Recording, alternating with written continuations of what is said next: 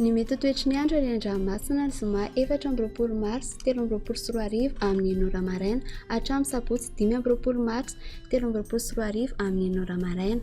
Mila mairo hatrany ny mpiandrika fa mety aheriny ranomasina ny mitendry ny atsimo nosy ary mety hisy alin-drano vavety any atsimo andrefana.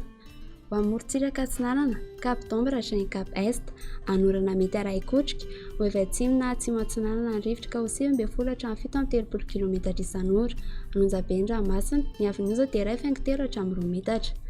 Cap Est hatrany Manoro, anoram-baratra, ho avy atsimo atsinanana ny rivotra ka ho 10 hatramin'ny 17 km isan'ora. Anonjaben'ny ranomasina, ny avin'oza dia 1.3 hatramin'ny 2.9 metatra.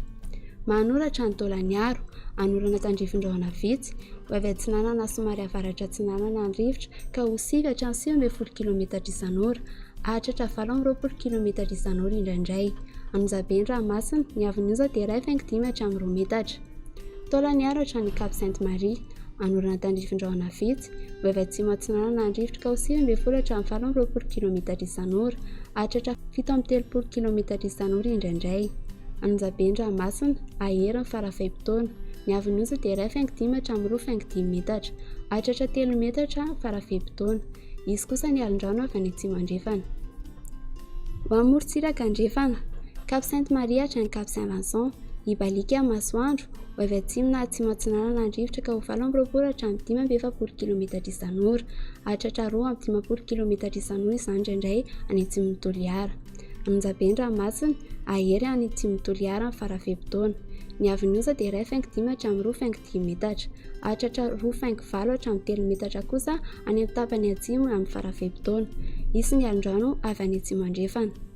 Cap Saint-Vincent hatrany Cap Saint-André, andrahona amin'ny tokotoko, ho avy atsimo amin'ny ankapobeny rivotra ka ho 9 hatramin'ny 20 km isan'ora. Adiny mpanonja ny ranomasina, ny avin'oza dia 8.5 hatramin'ny 1 metatra.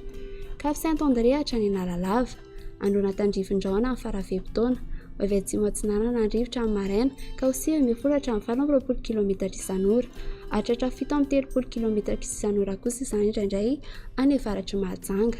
Ho avy atsimo andrefana Tolakandro ka ho 9 hatramin'ny 19 km isan'ora. Adiny mpanonja ny ranomasina, ny avin'oza dia 8.5 hatramin'ny 1 metatra.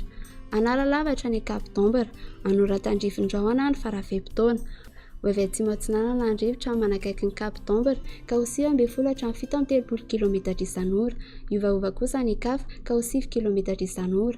Ho tonona adiny mpanonja ny ranomasina, ny avin'oza dia 8.3 hatramin'ny 1 metatra.